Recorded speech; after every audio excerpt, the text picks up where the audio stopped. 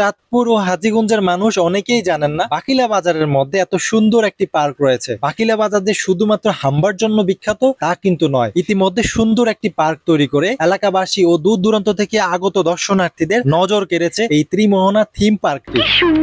তাই আমরাও আর দেরি না করে ঝটপট রওনা দিলাম ভরপুর বিনোদন নেওয়ার জন্য। আপনারাও আমাদের সঙ্গে থাকুন। এই পার্কটির মধ্যে কি কি থাকছে এবং এখানে কিভাবে আসতে হবে দেখার জন্য ভিডিওটি না টেনে কন্টিনিউ করুন প্লিজ। কথা বলতে বলতে চলে আসলাম আমরা কাঙ্ক্ষিত গন্তব্যে। এই ত্রিমোহনা থিম পার্কটি কুমিল্লা চাঁদপুর মহাসড়কের পাশেই অবস্থিত বলে এখানে আসতে যানবাহনে তেমন একটা প্রবলেম পড়বে না। আমরা পার্কটির সামনে হাঁটাহাঁটি করে রওনা দিলাম পার্কটির ভিতরে প্রবেশ করার জন্য। এই পার্কটির মধ্যে প্রবেশ করার জন্য আমাদেরকে প্রথমত টিকিট কেটে নিতে হবে। টিকিট কাউন্টারে বিভিন্ন রাইড অনুযায়ী 6 ক্যাটাগরি টিকিট পেয়ে যাবেন আপনারা। আমরা আমাদের সুবিধা মতো টিকিট কেটে নিলাম। ব্রাদার এন্ড সিস্টার, আপনারা ভিডিওটি কে কোত্থেকে দেখছেন অবশ্যই জানাবেন এবং ভিডিওটি ভালো লাগলে শেয়ার করে 64 জেলা মানুষের দেখার সুযোগ করে দিবেন এবং আমার এই অনন্ত রহমান পেজে নিউ হলে পেজটি ফলো দিয়ে দিবেন এরকম নিত্য নতুন ভিডিও সবার আগে পাওয়ার জন্য। যেহেতু এখন কাঁঠালের সিজন চলছে, কাঁঠালের ভিডিও করতে গিয়ে চোখে বলল দুইটি হরিণ আহত অবস্থায় পড়ে আছে। প্রতিপক্ষের দৃষ্টি আকর্ষণ করছি এই হরিণ দুইটাকে তুলে নিয়ে সুন্দর করে আবার সাজানোর জন্য। সুন্দর ব্যাঙ আর হরিণ দেখে আমার মেয়েকে দাঁড় করিয়ে দিলাম এগুলোর সাথে খেলা করার জন্য। অন্যদিকে আমি তো আমার ভিডিও করার কাজে ব্যস্ত। হঠাৎ করে আমার আর আমার মেয়ের মন খারাপ হয়ে গেল, যার জন্য আমরা দুজন মিলে উদাস মনে বসে আছি এবং পুরো পার্কের ভিউ দেখছি। এদিকটাতে আপুটিও উদাস মনে একা একা বসে আছে। যাই হোক, এই কর্নারটিতে বসার জন্য এবং সেলফি তোলার জন্য সুন্দর একটি স্পেস তৈরি করা হয়েছে।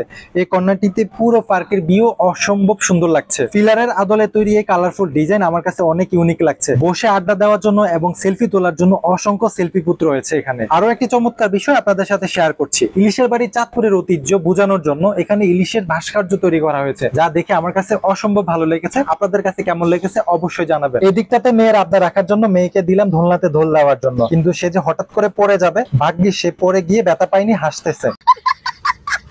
পরে সেখান থেকে তুলে নিয়ে ঘোড়ার মধ্যে দিলাম ঘোড়া রাইড করার জন্য। অন্যদিকে বউকে খুশি করার জন্য তাকেও দুই একটা দোল দিলাম। কি মুহাব্বত।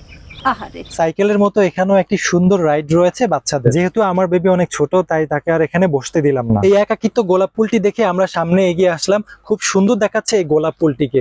এরপরে আমাদের চোখে যেটা পড়লো, পুরো পুকুর পাড় জুড়ে অনেক সুন্দর করে বসার প্লেস তৈরি করা হয়েছে এবং অসংখ্য জীবজন্তু দিয়ে সাজানো হয়েছে। আপনারা দেখতে পাচ্ছেন পুরো পুকুর পাড় জুড়ে কতটা সৌন্দর্য এবং মনোরম পরিবেশ বিরাজ করছে। এই বাঘটি যেভাবে হা করে আছে আমার কাছে মনে হচ্ছে সে খুব ক্ষুধার্ত। সেজন্য আমি আমার হাতটি তার মুখের মধ্যে দিলাম, কিন্তু আমি খুব অসহায় বলে হয়তো সে আমাকে কিছু করলো না, সসম্মানে ছেড়ে দিল। এদিকে মেয়েকে বসিয়ে দিলাম হাতির কোলে, কিন্তু মেয়ে যে বাবা ভক্ত, কোনোভাবে সে থাকতে চাচ্ছে না, শুধু কান্নাকাটি করে বাবার কাছে চলে আসবে।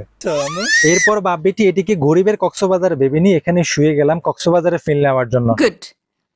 তবে ব্রাদার এন্ড সিস্টার, এই পুকুরের পাশ কিন্তু অনেক সুন্দর করে সাজানো হয়েছে, আপনারা দেখতে পাচ্ছেন। সেজন্য আমরা এই পুকুরের পাড়ে কিছুক্ষণ থেকে এখান থেকে বের হয়ে পড়লাম। আমার মেয়ে বুঝতে পেরেছে যে আমরা পার্ক থেকে বের হয়ে যাচ্ছি, সেজন্য তাকে এই সেলফি বুথে বসিয়ে বুঝালাম যে আমরা আরো কিছুক্ষণ সময় আছি। আপনারা হয়তো দেখতে পাচ্ছেন পার্কের মধ্যে তেমন একটা মানুষের আনাগোনা নেই। আসলে এই ধরনের পার্কগুলির মধ্যে নির্দিষ্ট সময় ব্যতীত তেমন একটা মানুষের আনাগোনা থাকে না। যেহেতু সন্ধ্যা ঘনিয়ে আসছে, লাল নীল ঝিকিমিকি বাতি জ্বলছে। আমার কন্যা এই ব্যাপারটা খুব উপভোগ করছে, আপনারা দেখতে পাচ্ছেন। ছোট পরিসরে পার্কটি আমার কাছে অনেক ভালো লেগেছে। আপনারা চাইলে এখানে এসে ঘুরে যেতে পারেন। অল্প সময় এবং অল্প বাজেটের মধ্যে মন্দ হবে না কিন্তু। এখানে আপনারা মোটামুটি ভালো মানের খাবার পেয়ে যাবেন। তবে এখানে নতুন একটি আইটেম চালু করা হয়েছে, হান্ডি বিফ। আমরা এখান থেকে অন্য একটি লোকেশনে চলে যাব, তাই আমরা আর এখানে খাওয়া দাওয়া করিনি। নতুন হিসেবে হান্ডি বিফ কেমন হতে পারে আপনাদেরকে জানাতে পারলাম না, আন্তরিকভাবে দুঃখিত। বিভিন্ন রাইড অনুযায়ী টিকিটের মূল্য এক নজরে দেখে নিতে পারেন। সকলে ভালো থাকুন, সুস্থ থাকুন, আল্লাহ হাফেজ।